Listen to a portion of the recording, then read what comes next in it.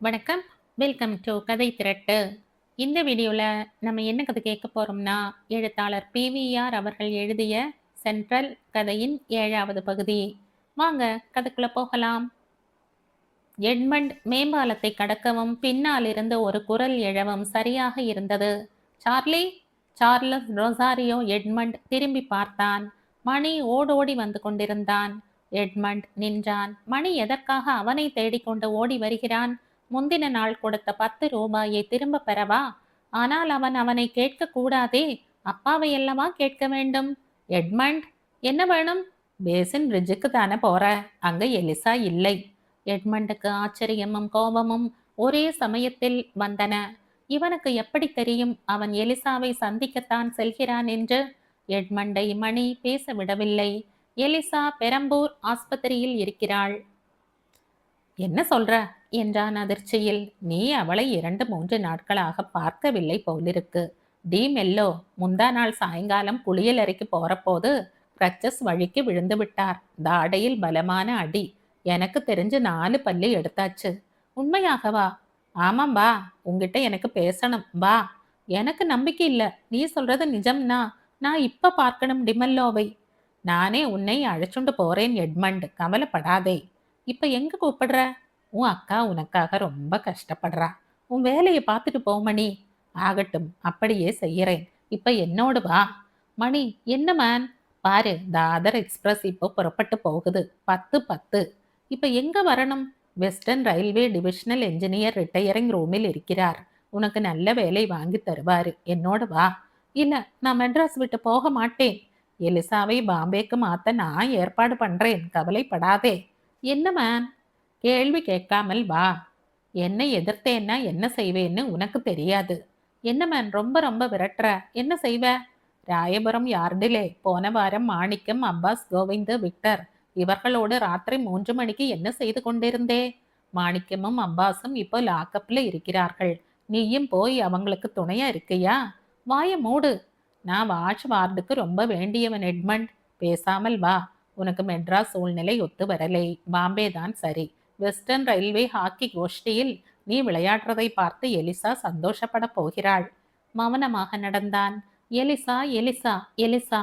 அவள் மனதில் அவன் நல்லவனாக தோன்ற வேண்டும். அதற்கு இப்போ ஒரு வாய்ப்பு கிடைத்திருக்கிறது. அவளுக்கு மட்டும் பம்பாய்க்கு மாற்றல் கிடைத்தால் அவர்களுடைய வாழ்க்கை ரம்யமாகிவிடும்.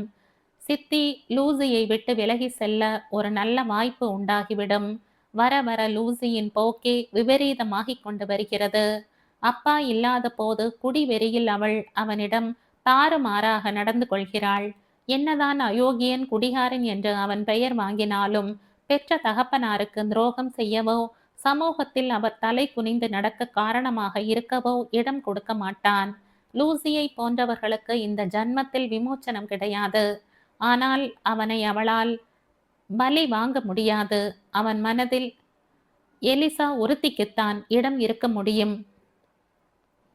அவன் போக வேண்டியதுதான். அவனுடைய வயதில் பெற்றவர்களுக்கு சம்பாதித்து போட வேண்டும். அது முடியாமல் போனாலும் தன் வயிற்றை கழுவி கொள்ளவாவது முயல வேண்டும். இருவரும் மௌனமாக நடந்தார்கள். தாதர் எக்ஸ்பிரஸ் கம்பீரமாக எதிரே வந்து அவர்களை தாண்டி கொண்டு போயிற்று. சரியாக 10:30க்கு இருவரும் கேதாரத்தின் அறை முன்னால் நின்றார்கள். திருமணம் ஒரு ரயில்வே ஜங்ஷனை போல. பல திசைகளில் ரயில் செல்வது போல் வாழ்க்கையின் திசையும் மாறுகிறது. அபீதம் அறை வாயிலில் நின்று சார் என்ற ஒரு தடவை அழைத்தாள்.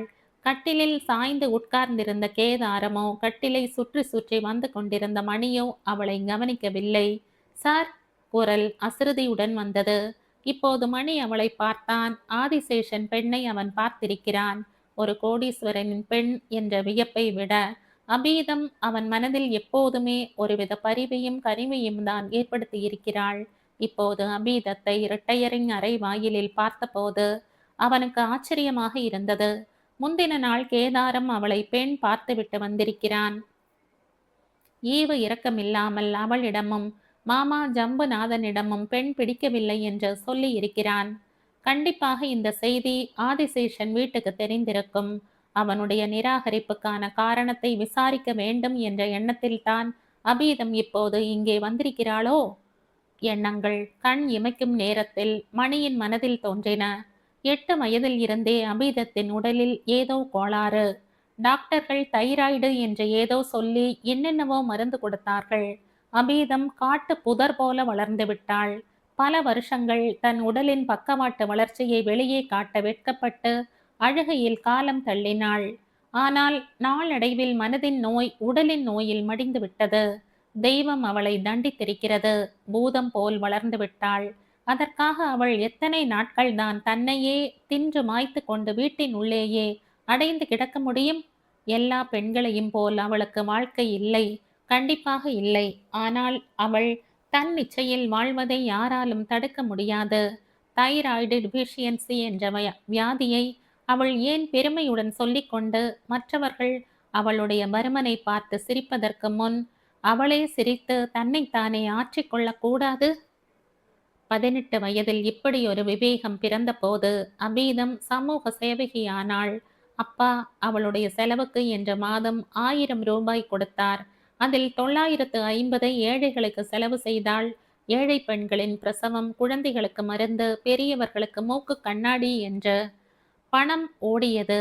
ஒவ்வொரு தீபாவளி பொங்கல் தினங்களில் 1000 லட்டுகளோ ஜிலேபிகளோ அனாதை ஆசிரமங்களில் இருக்கும் சிறுவர் சிறுமியருக்கு வழங்கப்பட்டன. அவளே கூடைகளில் போட்டு காரில் எடுத்து போய் வழங்கினாள். அவள் செய்த தர்மங்களில் சேவையில் அவளுக்கு ஆத்ம திருப்தி கிடைப்பதாக முதலில் எல்லாம் எண்ணிக்கொண்டாள். ஆனால் நாள் செல்ல செல்ல அவள் தன்னைத்தானே ஏமாற்றிக் கொள்வதாக தோன்றியது. தன் நெஞ்சின் கண்ணீரை துடைத்து கொள்ள அவள் இம்மாதிரி ஒரு உபாயத்தை தேடுவது சரியல்ல என்று தோன்றியது. ஆனால் இந்த எண்ணம் அவள் மனதில் உதயமாவதற்கு முன்பேயே ஏழைகளின் வாழ்க்கையும் அவர்களின் அவலமும் நெஞ்சை பிளந்துவிட்டன. லட்சக்கணக்கான சொத்துக்கு வாரிசான அவள் என்ன சுகத்தை கண்டுவிட்டாள்? ஏழைகளின் ஏழ்மையை அவள் ஒருத்தியால் களைந்துவிட முடியாதுதான். இருந்தாலும் ஏதோ அவளால் முடிந்ததை செய்தால் அவர்கள் சந்தோஷமாக இருப்பார்களே. மொத்தத்தில் சுயநலத்தில் ஆரம்பித்த தர்மம் பொது நலத்தில் முடிந்தது. மணிக்கு அவளை பற்றி முழுதும் தெரியும். ஆனால் இப்போது ரிட்டையரிங் அறைக்கு அவள் வந்திருப்பதன் காரணம்தான் விளங்கவில்லை. அபீதம் கேதாரத்தை தேடிக்கொண்டு வந்திருக்கிறாள். அவன் இருந்தால் விஷயத்தை வெளிப்படையாக பேச மாட்டாள். அப்புறம் அவள் திரும்பி சென்ற பிறகு கேதாரத்தின் மூலமே சமாச்சாரத்தை தெரிந்து கொள்ளலாம். கேதாரம், நான் கிளம்புறேன் என்றான் மணி. கேதாரம் இன்னும் அபீதத்தை கவனிக்கவில்லை. எங்கேடா போகிறாய்? எனக்கு போர் அடிக்கிறது. உன்னை தேடிக்கொண்டு யார் வந்திருக்கிறார்கள் என்று பார். நீ பேசிக்கொண்டிரு, நான் வருகிறேன் என்று சொல்லிவிட்டு மணி பதிலுக்கு காத்திராமல் புறப்பட்டான். அரை வாசலில் அபீதம் ஒதுங்கி வழிவிட்டாள். தேங்க்யூ மிஸ் அபீதம், உங்களை எனக்கு தெரியும். எத்தனையோ ஏழைகள் உங்களை வாழ்த்துகிறார்கள். கேதாரம் திடுக்கிட்டான். அபீதம் எதற்காக இங்கே வந்திருக்கிறாள்? யார் அவளை அனுப்பி இருக்கிறார்கள்? ஒருவேளை இது மாமாவின் சூழ்ச்சியோ? குட் மார்னிங், உள்ளே வரலாமா என்று அபீதம் தன் கட்டை தொண்டையில் கேட்டாள். ஓ, பேஷா உள்ளே வரலாம். என்னை இங்கே பார்க்கிற போது உங்க மனசிலே திகைப்பு, ஆச்சரியம், பயம் எல்லாம் உண்டாகின்றன இல்லையா? இல்ல இல்ல, அதெல்லாம் இல்ல. வெறும் ஆச்சரியம் மட்டும்தான். தயவு செய்து உட்காருங்கள், காஃபி கொண்டு வர சொல்கிறேன். இல்ல வேண்டாம், வீட்ல டிஃபன் காஃபி சாப்பிட்டு விட்டுத்தான் கிளம்பினேன். உட்காருங்கள். அபீதம் உட்கார்ந்தாள். கேதாரத்தை விட்டுவிட்டு அறையை ஒரு நோட்டம் விட்டாள். பேண்ட், ஷர்ட், வேஷ்டி தாறுமாறாக அங்கும் இங்கும் சிதறி கிடந்தன. காலையில் ஏற்றின விளக்கு இன்னும் எரிந்து கொண்டிருந்தது. அபீதம் எழுந்து போய் அணைத்தாள். மேஜையின் கீழே 2-3 பத்திரிகைகள் கிடந்தன. எடுத்து மேஜையின் மேல் வைத்தாள். ஷேவிங் செட், பிரஷ் ஓரிடம், சோப் ஓரிடம் என்று கிடந்தன. கேதாரத்தை அவமானம் பிடுங்கி தின்றது. அதுவே அபீதத்தின் மேல் கோபமாகவும் எழுந்தது. ஆனால் கோபத்தை காட்ட முடியாமல் திணறினான். இது கட்டை பிரம்மச்சாரி தங்கி இருக்கும் அறை என்றான். அபீதம் புன்முறுவல் செய்தாள். பிறகு, உங்க மாமாதான் துடியா துடிக்கிறாரே, உங்களுக்கு இதிலிருந்து விமோச்சனம் வாங்கித்தர என்றாள். ஆமாம், நேத்து ராத்திரி அவருக்கு எங்கள் வீட்டில் ராஜ உபச்சாரம். அப்பாவுக்கும் அம்மாவுக்கும் வைகுண்டம் போய் திரும்பி வந்த மாதிரி ஒரு சந்தோஷம். நான் ராத்திரி தூங்கவே இல்லை. கேதாரத்தின் உடல் ஆத்திரத்தில் கொதித்தது. பரபரப்புடன் கேட்டான். மாமா என்ன சொன்னார்? நீங்கள் சொல்லி அனுப்பியதைத்தான் மிஸ்டர் கேதாரம். உங்களுக்காக நான் மிகவும் வருந்துகிறேன். நீங்கள் என்ன சொல்கிறீர்கள்? கேதாரம் வெடித்தான். நீங்கள் படித்தவர், என்ஜினியர், அதிகாரி. ஆனால் எத்தனையோ பேரைப் போல அபீதம் திடீரென்று நிறுத்தினாள். எத்தனையோ பேரைப் போல என்ன செய்துவிட்டேன்? என்னை பெண் பார்க்க வந்தீர்கள். எனக்கு விருப்பமே இல்லை. ஆனால் அம்மா அழுதாள். அப்பா கெஞ்சினார். சரி, என் உடம்பின் பருமனை பார்க்கத்தானே ஒருவன் வருகிறான் என்று சம்மதித்தேன். இதற்கு முன் யாரையும் அனுமதிக்கவில்லை. உங்கள் படிப்பு, பதவி இதையெல்லாம் தெரிந்து கொண்ட போது எனக்கு தைரியம் வந்தது. சரி என்றேன். தைரியமா? ஆமாம், தைரியம்தான். இளம் வயதில் 1000 ரூபாய்க்கு மேல் சம்பளம் வாங்குகிற ஒருவர் ஒரு அழகான பாந்தமான பெண்ணைத்தான் கல்யாணம் செய்து கொள்ள விரும்புவார். என்னை போன்ற ஒரு பூசணிக்காயை பார்த்ததும் அரண்டு மிரண்டு ஓடிவிடுவார் என்று கணக்கு போட்டேன். சரி என்றேன். நீங்கள் என்னடா என்றால்? கேதாரத்துக்கு விஷயம் ஒருமாறு புரிந்துவிட்டது. மாமா ஜம்புநாதன் சூழ்ச்சி செய்திருக்கிறார். இப்போது அபீதத்திடமே எனக்கு உன்னை பிடித்தது என்று நான் என் மாமாவிடம் சொல்லவில்லை என்று எப்படி சொல்வது? அவன் வார்த்தைகளை தேடினான். அவை அவன் மனதை விட்டு விலகி எங்கோ ஒளிந்து கொண்டன. என்னை கல்யாணம் பண்ணி கொள்வதானால் நீங்கள் என் அப்பாவின் கம்பெனியில் டைரக்டர் ஆகலாம். எனக்கு வரக்கூடிய சொத்தை ஆண்டு அனுபவிக்கலாம். ஆனால் தாம்பத்தியம் என்று ஒன்று இருக்கிறதே, அது கிடைக்குமா? இதை பற்றி ஏன் நீங்கள் யோசனை செய்யவில்லை என்பது எனக்கு இன்னும் புரியவில்லை. மிஸ் அபீதம், நீங்கள் என்னை புரிந்து கொள்ளவில்லை. அப்படியானால் நான் மன்னிப்பு கேட்க தயார். பணத்துக்காக சம்மதிக்கவில்லை என்றால் எதற்காக? மாமாவுக்காகவா? அல்லது என் அப்பா உங்களை வற்புறுத்தினாரா? இல்லை இல்லை. கேதாரம் தலை மயிரை பீய்த்து கொண்டான். இதெல்லாம் காரணம் இல்லை என்றால் வேறு இரண்டு காரணங்கள்தான் இருக்க முடியும். ஒன்று, நீங்கள் வேறு யாரையாவது காதலித்து அதில் தோல்வியடைந்து விரக்தியில் இனி யார் மனைவியாக வாய்த்தால் என்ன என்று முடிவு கட்டி இருப்பீர்கள். இல்லை என்றால் தயவு செய்து தயவு செய்து கேதாரத்துக்கு அழுகை வந்தது. அபீதம் அவனை லட்சியம் செய்யவில்லை. தொடர்ந்தாள். என் மீது உங்களுக்கு இரக்கம் பிறந்திருக்கும். எனக்கு வாழ்வளிக்க வேண்டும் என்ற தியாக உணர்ச்சி. ஆனால் தியாகத்தின் அடிப்படையில் உருவாகும் தாம்பத்தியம் உருப்படுவதே கிடையாது. என் வாழ்நாள் முழுவதும் நான் உங்களுக்கு கடமைப்பட்டவளாகவே இருக்க வேண்டும். அபீதம் பேசி முடித்ததும் அவளுடைய வார்த்தைகளின் எதிரொலி அடங்கியதும் அமைதி நிலவியது. கேதாரம் எழுந்து வெளியே சென்றான். ஒரு சிப்பந்தி எதிர்படவே ஒரு பாட் காஃபி பிஸ்கட்ஸும் கூட எடுத்து வா என்று அவனிடம் சொல்லிவிட்டு திரும்பினான். அபீதத்தை பார்த்தான். அவள் ஹிந்துவை புரட்டி கொண்டிருந்தாள். செக்கச்சவேல் என்ற முகம், குழந்தையின் முகத்தில் மிளிரும் களங்கமற்ற உள்ளத்தின் ஒளி, கன்னத்து சதை தொங்கினாலும் நிறத்தின் சோபையில் அது அழகாக தோன்றியது. அவளுக்கு அவளுடைய உடம்பே ஒரு பாரமாக தோன்றாதது போல் காணப்பட்டாள். நான் என் மாமாவை பார்த்து பேச வேண்டும். நீங்கள் உங்கள் முடிவை மாற்றிக்கொண்டால் நான் என்றென்றும் உங்களுக்கு கடமைப்பட்டவளாக இருப்பேன். உங்கள் யவனத்துக்கும் படிப்பு பதவிக்கும் ஏற்றபடி அழகான பெண்ணை கல்யாணம் செய்து கொள்ளுங்கள். பணத்தால் கிடைக்கக்கூடிய சுக வாழ்க்கைக்காக தாம்பத்தியத்தை, அதன் தெய்வீகத்தை, அதன் நிம்மதியை குலைத்து கொள்ளாதீர்கள். உங்களுக்கு வேறு எந்த விதத்திலும் உதவ நான் தயார். மிஸ் அபீதம், மிஸ்ஸஸ் அபீதம் கேதாரம் என்ற என் பெயரை மாற்ற நீங்கள் சம்மதித்திருக்கிறீர்கள். ஆனால் அந்த பெயரே மிஸ்ஸஸ் என்ற வார்த்தையே எனக்கு நாராசமாக இருக்கிறது. மிஸ் அபீதம், எனக்கு என்ன சொல்வது என்று புரியவில்லை. என்னிடம் சொல்ல வேண்டாம். இப்போ என் அப்பா தொழிற்சாலையில் இருப்பார். 10 மணிக்கு லிங்கி செட்டி தெருவில் ஆபீஸில் இருப்பார். அவருக்கு ஒரு போனில் ஒரே வார்த்தை, எனக்கும் விடுதலை, உங்களுக்கும் விடுதலை. காஃபியும் பிஸ்கட்டும் வந்தன. சாப்பிடுங்கள். சாப்பிடுகிறேன். உங்கள் முடிவை மாற்றிக்கொள்கிறீர்களா? இப்படி கேட்டால் நான் எப்படி பதில் சொல்வேன்? நான் என் அம்மா அப்பாவிடம் கண்டிப்பாக உங்களை கல்யாணம் செய்து கொள்ள முடியாது என்று சொல்லியாகிவிட்டது. ஆனால் உங்கள் சம்மதத்தை உங்கள் மாமா சொன்னதில் இருந்து அவர்கள் கல்யாணத்தை 10-15 நாட்களில் நடத்திவிட வேண்டும் என்று பறக்கிறார்கள். இந்த கல்யாணம் நடக்கக்கூடாது என்கிறீர்கள் இல்லையா மிஸ் அபீதம்? ஆமாம். ஏன்? நான் ஒருவருக்கு மனைவியாக இருக்க லாயக்கில்லை.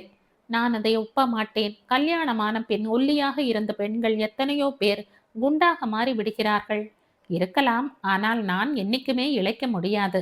நெஞ்சை தொட்டு சொல்லுங்கள். என்னை உங்கள் மனைவி என்று 4 பேரிடம் அறிமுகம் செய்து வைக்க துணிவு இருக்கிறதா? கேதாரம் அவனும் சாதித்தான். பார்த்தீர்களா? வாயால் உண்டு இல்லை என்று சொல்லவே உங்களுக்கு துணிவு இல்லை.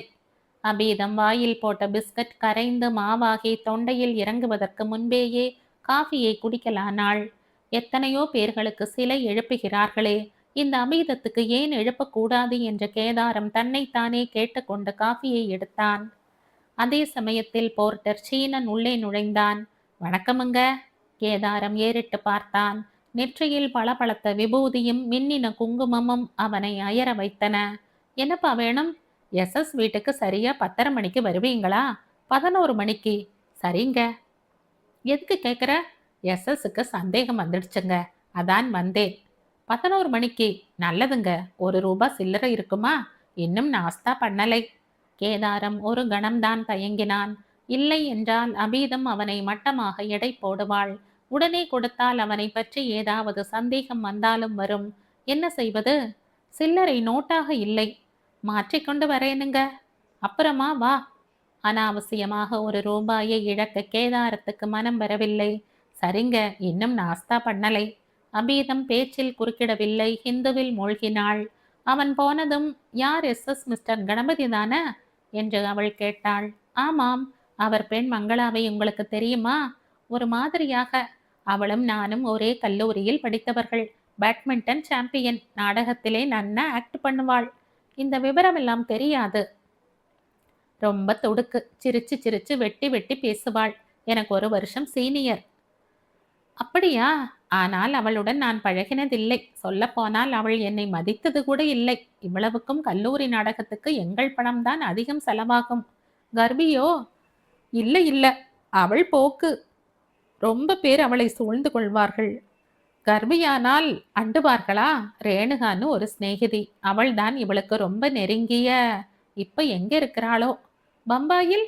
உங்களுக்கு தெரியுமா என்று அபீதம் ஆச்சரியத்துடன் கேட்டாள். ஒரு தடவை சந்தித்திருக்கிறேன். இன்னும் 2 நாட்களில் அவள் வருகிறாள். அப்படியா? மங்களாவுடன் தான் ரேணுகா தங்கப் போகிறாள். ரொம்ப நல்லதாக போச்சு. ஆமாம், ரொம்ப தெரிந்து வைத்திருக்கிறீர்களே. பம்பாயில் ரேணுகாவை சந்தித்ததையும் அவள் சொன்னதையும் கேதாரம் விபரமாக சொன்னான். எனக்கு ஒரு சின்ன உதவி பண்ணுவீர்களா? ஆகட்டும். ரேணுகா வந்ததும் எனக்கு ஃபோன் பண்ணுங்கள். நான் உடனே வந்து பார்க்கிறேன். ஆகட்டும். எனக்கும் ஒரு சின்ன உதவி. சொல்லுங்கள். என் மாமா ஜம்புநாதன் இனிமேல் உங்கள் வீட்டில் தான் பழியாக கிடப்பார். அவரை நான் உடனடியாக சந்திக்கணும். வர சொல்கிறேன். சாதாரணமாக சொன்னால் வரமாட்டார். நீங்கள் இங்கே வந்த விபரத்தை சொல்லுங்கள். அது போதும். அடித்து கட்டிக்கொண்டு ஓடி வருவார். அவர் இங்கே எப்போ வர வேண்டும்? 2 மணிக்கு. நானே காரில் கொண்டு வந்து விட்டு போகிறேன். நீங்கள் கவலைப்பட வேண்டாம். ரொம்ப தேங்க்ஸ் மிஸ் அபீதம். நாம 2 பேரும் இப்போ தெரிந்தவர்களாக போய்விட்டோம். நண்பர்களாக இருப்பதுதான் நல்லது, இல்லையா? ஆமாம், நீங்க சொல்வது ரொம்ப சரி. நான் வரேன். Good luck. தேங்க்ஸ். அபீதம் எழுந்து மெதுவாக நடந்து சென்றாள். அவளுக்காக மனதில் கண்ணீர் சிந்திக்கொண்டு கேதாரம் வெகு நேரம் கட்டிலிலேயே கிடந்தான். காலை 4:25 இருந்து இரவு 10:35 வரை 125 ரயில்கள் சென்ட்ரல் ஸ்டேஷனுக்கு வருகின்றன, புறப்படுகின்றன. புள்ளி விபரம். ஜம்புநாதனுக்கு உட்கார நாற்காலி, பெஞ்சு என்று எதுவும் தேவையில்லை. மேல் துண்டால் தரையை தட்டி உதறிவிட்டு சம்மடம் போட்டு உட்கார்ந்து விடுவார். இடத்தை பற்றியும் அவர் கவலைப்படுவதில்லை. பஸ் நிலையம், ஆஸ்பத்திரி வராந்தா, பள்ளிக்கூட திண்ணை, ரயில்வே பிளாட்பாரம் எல்லாம் அவருக்கு சொந்தம். சென்ட்ரலில் கேதாரம் பம்பாயில் இருந்து வந்த அன்று சந்தித்தாரே, அப்போதுதான் ஒரு சிநேகிதர் வீட்டில் தங்கி இருப்பதாக அவனிடம் சொல்லி இருந்தார். அவனும் அதை நம்பி இருந்தான். உண்மையில் ஜம்புநாதன் குற்றாலம் முதியோர் ஆசிரமத்தில் இருந்து ஒரு பெருங்காய விளம்பரமிட்ட காக்கி பையுடன் எழும்பூரில் இறங்கி அங்கேயே பல் தேய்த்து வெறும் விரலால் தான் குளித்துவிட்டு நேரே சென்ட்ரலுக்குத்தான் வந்தார். ரயில்கள் எந்த பிளாட்பாரத்தில் இருந்து அதிகமாக புறப்படுவதில்லை, எந்த பிளாட்பாரத்துக்கு அதிகமாக வந்து நிற்பதில்லை என்று அறிந்து கொள்ள விசாலமான அட்டவணையை பார்த்தார். மனதால் கணக்கு போட்டு பார்த்தார். கீழ்கண்ட விவரம் பதிந்தது. பிளாட்பாரம் நம்பர், வந்து சேரும் ரயில்கள், புறப்படும் ரயில்கள் மொத்தம். பிளாட்பாரம் நம்பர் 1, வந்து சேரும் ரயில்கள் 6, புறப்படும் ரயில்கள் இல்லை, மொத்தம் 6. பிளாட்பாரம் நம்பர் 2, வந்து சேரும் ரயில்கள் 5, புறப்படும் ரயில்கள் 2, மொத்தம் 7. பிளாட்பாரம் நம்பர் 3, வந்து சேரும் ரயில்கள் 6, புறப்படும் ரயில்கள் 3, மொத்தம் 9. பிளாட்பாரம் நம்பர் 4, வந்து சேரும் ரயில்கள் 3, புறப்படும் ரயில்கள் 7, மொத்தம் 10. பிளாட்பாரம் நம்பர் 5 வந்து சேரும் ரயில்கள் 3, புறப்படும் ரயில்கள் 4, மொத்தம் 7. பிளாட்பாரம் நம்பர் 6 வந்து சேரும் ரயில்கள் 2, புறப்படும் ரயில்கள் 7, மொத்தம் 9. பிளாட்பாரம் நம்பர் 7 வந்து சேரும் ரயில்கள் 2, புறப்படும் ரயில்கள் 7, மொத்தம் 9. பிளாட்பாரம் நம்பர் 8 வந்து சேரும் ரயில்கள் 7, புறப்படும் ரயில்கள் 8, மொத்தம் 15. பிளாட்பாரம் நம்பர் 9 வந்து சேரும் ரயில்கள் 8, புறப்படும் ரயில்கள் 8, மொத்தம் 16. பிளாட்பாரம் நம்பர் 10 வந்து சேரும் ரயில்கள் 10, புறப்படும் ரயில்கள் 8, புறப்படும் ரயில்கள் 7, மொத்தம் 17. பிளாட்பாரம் நம்பர் 11 வந்து சேரும் ரயில்கள் 11, புறப்படும் ரயில்கள் இல்லை, மொத்தம் 20. புறப்படும் ரயில்கள் 9, மொத்தம் 20. 125 ரயில்கள் காலை 4:25 இருந்து இரவு 10:35 வரை வந்து சேருகின்றன, புறப்படுகின்றன. இந்த 125இல் 61 ரயில்கள் ஆவடி, பட்டாபிராம், திருவள்ளூர், பொன்னேரி, அரக்கோணம் வரையிலுமே செல்லும் லோக்கல்கள். இவற்றில் பெரும்பாலானவை 8, 9, 10, 11 பிளாட்பாரங்களில் ஆதிக்கம் செலுத்துகின்றன. 7வது பிளாட்பாரத்தில் 2 ரயில்கள் வந்து சேருகின்றன. ஆனால் 7 ரயில்கள் புறப்படுகின்றன. 4, 6 பிளாட்பாரங்களும் 7ஐ போலத்தான். 2, 3 பிளாட்பாரங்களில் வந்து சேருகிற ரயில்கள் அதிகம். 5ஆம் நம்பர் பிளாட்பாரத்தை பற்றி விசேஷமாக எதுவும் தோன்றவில்லை. ஜம்புநாதன் பள்ளிக்கூட நாட்களில் கணக்கு பரீட்சையில் என்ன மார்க் வாங்கினாரோ ரயிலை பற்றிய கணக்குகள் அத்துப்படி. ரயில்வே கால அட்டவணை புத்தகத்தை ஒரு தடவை புரட்டி பார்த்தால் போதும், எல்லாம் சுந்தர காண்டம் பதிவது போல பதிந்துவிடும். அவர் இப்போது எல்லா பிளாட்பாரங்களையும் விட்டுவிட்டு 1ஆம் நம்பரில் லயித்து போனார். ஒரு ரயில் கூட அங்கிருந்து புறப்படுவதில்லை. 6 ரயில்கள். காலை 5:25, 11, பிற்பகல் 2:30, மாலை 5:15, இரவு 7:15, 9:40 மணிக்கு வந்து சேருகின்றன. முதல் ரயில் அவரை எழுப்பிவிடும். வண்டி காலியானதும் அது திரும்பி யார்டுக்கு போவதற்கு முன் ஏதாவது ஒரு முதல் வகுப்பு பெட்டியில் ஏறி காலை கடன்களை முடித்து கொண்டு உடை மாற்றிக் கொள்ளலாம். அப்புறம் அவர் 12 மணிக்கு திரும்பி வரும்போது அமைதியாக இருக்கும். 2:30 ரயில் வருகிற வரை ஒரு குட்டி தூக்கம் போடலாம். ஒரே ஒரு அசௌகரியம்தான் மனதை உறுத்தியது. 1ஆம் நம்பர் பிளாட்பாரம் வால்டாக் சாலையை ஒட்டி இருக்கிறது. வீதியின் இரைச்சல் காதை அறுத்து கொண்டே இருக்கும். ரிக்ஷா வண்டிக்காரர்களின் சண்டை, போர்ட்டர்களின் கூச்சல், இவையெல்லாம் நாராசமாக இருக்கும். ஜம்புநாதன் நிலைமையை சீர்தூக்கி பார்த்தார். 8, 9, 10, 11 பிளாட்பாரங்களை பற்றி கனவிலும் நினைக்கக்கூடாது. 7வது பிளாட்பாரத்தில் RMS இருக்கிறது. தபால் மூட்டைகளும் ட்ராலிகளும் வழியை அடைத்து கொண்டிருக்கும். 6, 5, 4, 3, 2 பிளாட்பாரங்கள் ஒதுங்கி வாழ ஏற்றதல்ல. வந்து போகிற ரயில் மந்தைகளிடையே இருக்க முடியாது. 11 பிளாட்பாரங்களில் சிறந்த பிளாட்பாரம் 1ஆம் நம்பர்தான். அதையும் வேண்டாமென்றால் அவர் சென்ட்ரலை விட்டு போக வேண்டியதுதான். ஜம்புநாதன் ஒரு தீர்மானத்துக்கு வந்தால் அவ்வளவுதான். கழுத்தை பிடித்து தள்ளுகிற வரைக்கும் விடமாட்டார். 1ஆம் நம்பர் பிளாட்பாரத்தில் பார்சல் ஆபீஸை எல்லாம் தாண்டி கோடியில் குடியேறினார். ஒரு சிமெண்ட் பெஞ்சில் பெருங்காய விளம்பர பையை வைத்துவிட்டு கீழே உட்கார்ந்தார். அப்போது காலை மணி 8. இன்னும் 3 மணி நேரத்துக்கு ரயில் வராது. மறுநாள் கேதாரம் வருவான். அவனிடம் ஒரு சிநேகிதர் வீட்டில் தங்கி இருப்பதாக சொல்ல வேண்டும் என்று அவர் தீர்மானித்தார். இன்று செவ்வாய்க்கிழமை. அவர் காலை 7:30 மணிக்கு பிளாட்பாரத்தில் உட்கார்ந்து கொண்டு பர்ஸை திறந்தார். அந்த பர்ஸ் 1938ஆம் ஆண்டில் ஒரு ஜெர்மன் கம்பெனி உதவி மேனேஜரால் அவருக்கு கொடுக்கப்பட்டது. சுறுசுறுவென்று அந்த காலத்தில் இருந்த பர்ஸ் இப்போது கருகருவென்று அந்த காலத்தில் இருந்த பர்ஸ் இப்போது மனம் இழந்து, பொலிவு இழந்து, மட்டன் இழந்து, தள்ளாடும் கிழவனைப் போல சுருங்கி கிடந்தது. பெரிய பர்ஸ். அவருடைய ராசியோ அல்லது பர்ஸ் பிறந்த வேளையோ அதில் அவர் அந்த காலத்து ஓட்டை காலணாவையும் போட்டதில்லை. இந்த காலத்து விரல் இடுக்கு வழியாக நழுவும் பைசாவையும் போட்டதில்லை. பணம் ஷர்ட்டின் உள் பாக்கெட்டை விட்டு வெளியே வராது. பர்ஸில் இருப்பவை பெரிய பெரிய மனிதர்களின் பெயர்கள், விலாசங்கள். நாடக சபாக்களின் பெயர்கள், அவை சம்பந்தமாக யாரையெல்லாம் பார்க்க வேண்டும் என்ற குறிப்புகள், பெண்களுக்காக அவர் வாங்கி பொருந்தியும் பிரயோஜனமில்லாத ஜாதகங்கள், தினசரி காலண்டரில் இருந்து கிழித்த தேதிகள், அவற்றின் பின்னால் அன்றாட செலவு கணக்கு. அது ஒரு பெரிய நீல காகிதம்.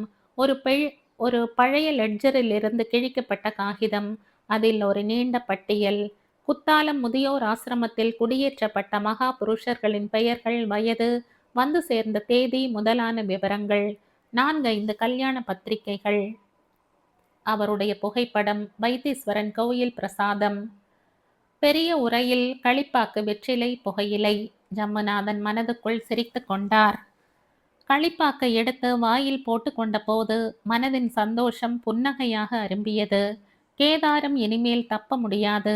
ஆதிசேஷனுக்கு அவனை ரொம்பவும் பிடித்து விட்டது. அவருடைய பெண் அபீதம் கேதாரத்துக்கு மனைவியாகி விடுவாள். அதன்பின் கேதாரம் ரயில்வேயில் தொடர்ந்து இருந்தாலும் சரி, வேலையை விட்டுவிட்டு மாமனாரின் கம்பெனியில் டைரக்டராக சேர்ந்தாலும் சரி, அவருக்கு ஒன்றுதான், கவலை இல்லை. அவரை பொறுத்தவரையில் இந்த கல்யாணம் அவருக்கு ஒரு மகத்தான வெற்றி. ஒரு கல்லில் 2 மாங்காய் அடிப்பவர்கள் சாதாரண மனிதர்கள். அவர் ஒரே கல்லில் ஒரு மரத்தையே வீழ்த்துகிறார். அவருடைய சம்பந்தி ஸ்தானம் உயர்கிறது. ஆதிசேஷனுடைய பெயரில் ஆசிரமத்தில் ஒரு பெரிய ஹாலே எழப்போகிறது. பெண்களின் கல்யாணம் நடக்கப் போகிறது. கேதாரத்தை அவர் வளர்த்து ஆளாக்கி இருக்கிறார். அவருடைய பேச்சை அவன் ஆணையாக கருதி நடக்க வேண்டும். நல்ல பிள்ளை நடப்பான். மறுநாள் புதன்கிழமை அன்று ஏற்பாட்டின்படி கிராம்டன் இன்ஜினியருடைய பெண்ணை பார்க்க வேண்டும். ஆனால் இப்போது அது அவசியம் இல்லாது போய்விட்டது. கேதாரம் ஆதிசேஷனுடைய மருமகனாக வரவேண்டும் என்று ஜம்புநாதனுடைய தலையிலேயே பிரம்மா எழுதின பிறகு கேதாரம் எதற்காக மற்ற பெண்களை பார்க்க வேண்டும்? சிந்தனையில் ஊறிப்போன அவருக்கு பொழுது போனதே தெரியவில்லை. எழுந்தார். கேதாரம் பம்பாய்க்கு சனிக்கிழமையன்று புறப்பட ஏற்பாடாகி இருப்பது அவருக்கு தெரியும். அந்த பிரயாணத்தை அவன் ரத்து செய்தாக வேண்டும். எப்படி செய்வது? பாஸ் அவன் கையில் இருக்கிறது. ரத்து செய்ய குறித்து வைக்க சொன்னால் கவுண்டர் கிளார்க் ஒப்புக்கொள்வானா? பாஸை அப்புறமாக கொண்டு வருகிறேன் என்று சொன்னால் போதாதா?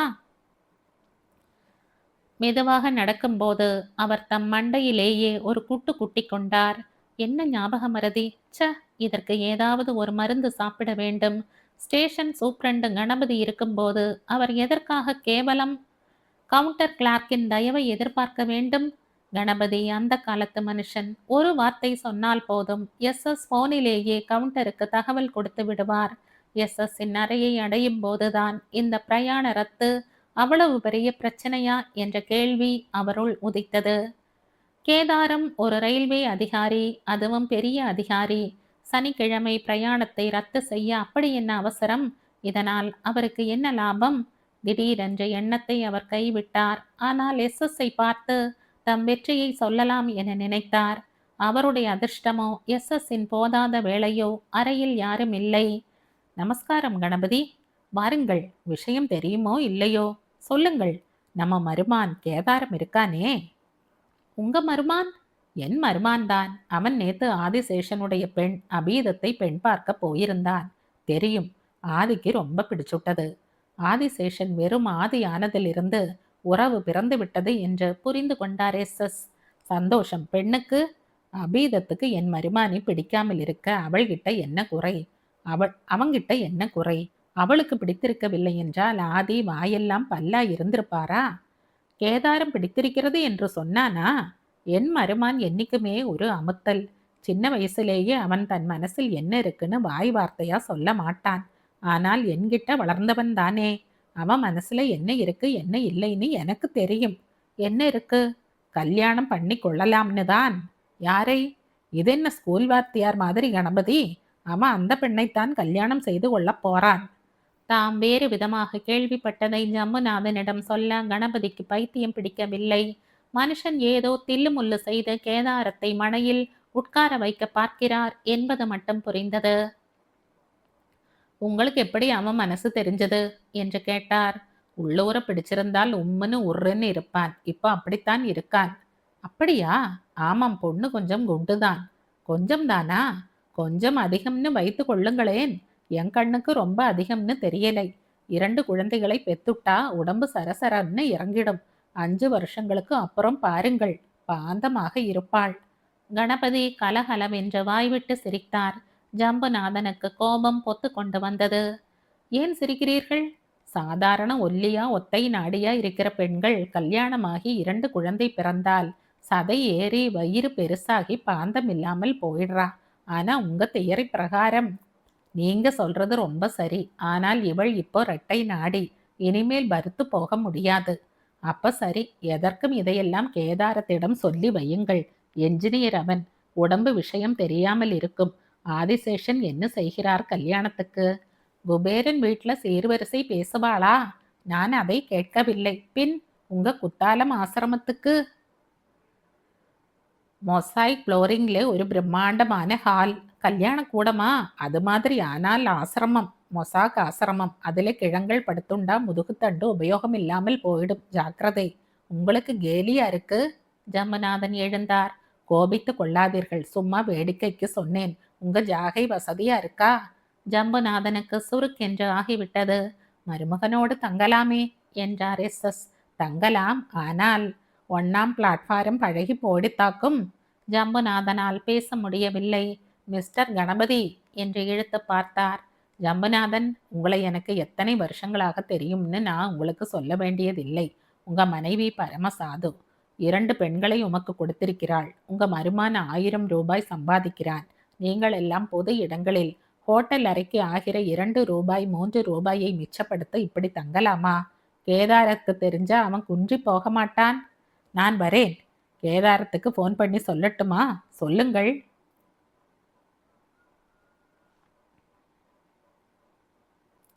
ஆதிசேஷனுக்கும் உங்க விலாசத்தை கொடுக்கிறேன். Care of platform number 1, central station, Madras 3 என்று. சரியா? கணபதி! ஜம்புநாதன் உடல் வியர்க்க நாற்காலியில் பொத்தென்று உட்கார்ந்தார். ஏன் என்னை இப்படி வதைக்கிறீர்கள்? நான் என்ன தப்பு செய்தேன்?